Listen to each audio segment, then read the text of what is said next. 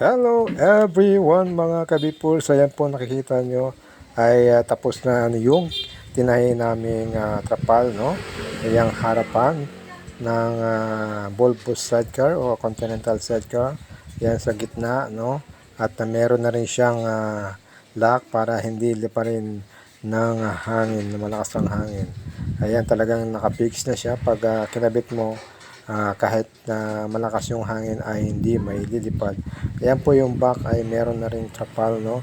At hindi masyadong pansin dahil stainless at transparent yung trapal, no? At yung likuran ng motor ay meron na rin nailagay at okay na okay at sakto sa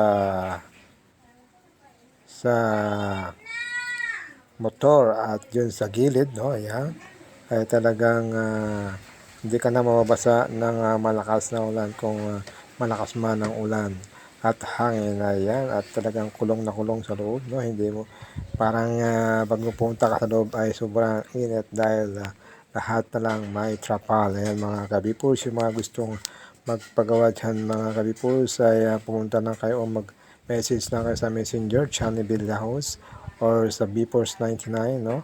At murang-mura lang mga kabipors yung aming pagtatahi ng trapal. May mga lock po yan at maganda yung pagkakatahi. Diretso pantay at walang pa